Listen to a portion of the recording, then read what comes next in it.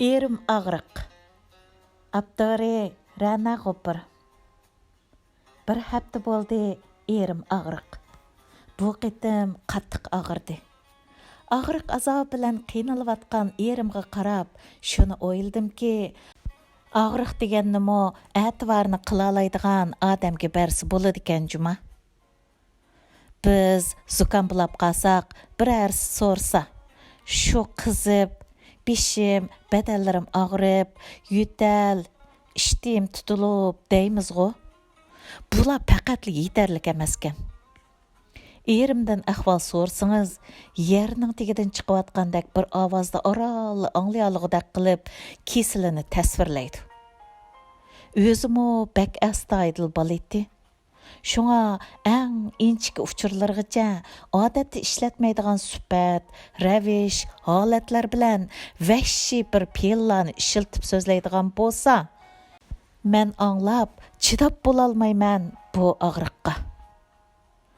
Shundaq bo'lib, erim yetibli qoldi. Kresloda yostiqni qirlab, adiyalni burnigacha yepib, qo'lida televizorning tiznikini tutib yotadi. Ko'zlari yerim ochiq va yoki yumuq. Televizorda xabar.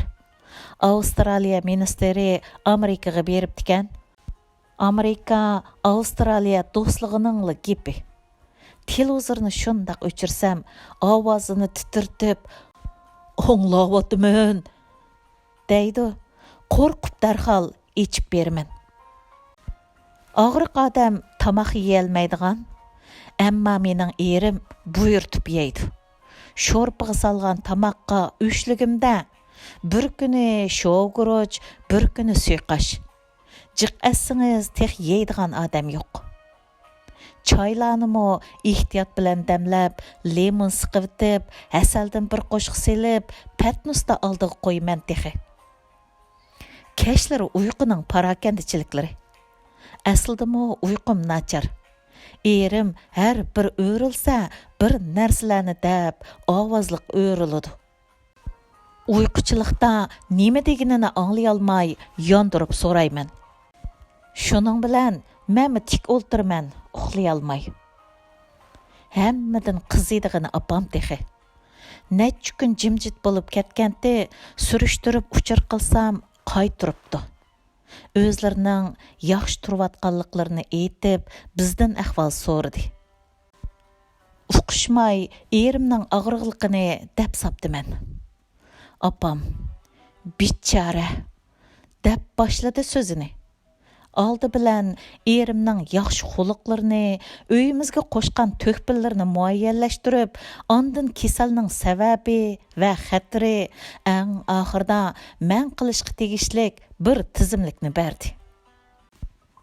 Opamga dedim, kasal to'g'riliq bir kino ishlasa, odil bosh personaj siz qo'shimcha rolga chiqsangiz, Oskar mukofoti olg'ida kino bo'ladi ekan apa. Yemagan odamga tongsin go'shi, ichmagan obi hayotli qoldi. Shifoliq bas saqib qala. Dadam bilan ikkisi shundoq kulishib ketdi. Men bu umrimda hech ishni yo'ldashimdek qamlashtira olmabdiman. Hatto kasalliknimi. Palach bo'lib doktorxonaga kirib qolgandimi, sog' belikimda quchoqdagi o'g'limni uxlatgan. Mushularni yezivitib, o'rlib, kresloda yetib, televizor anglag'ach, telefon o'ynayotgan erimga dedim. Helim yaxshi, ta'til bo'lishimga ulgurib, og'rib qapsiz. Bo'lmasa, bu yiroqdan kelgan kasalning xaridorligini qilolmay qolardi ekanman.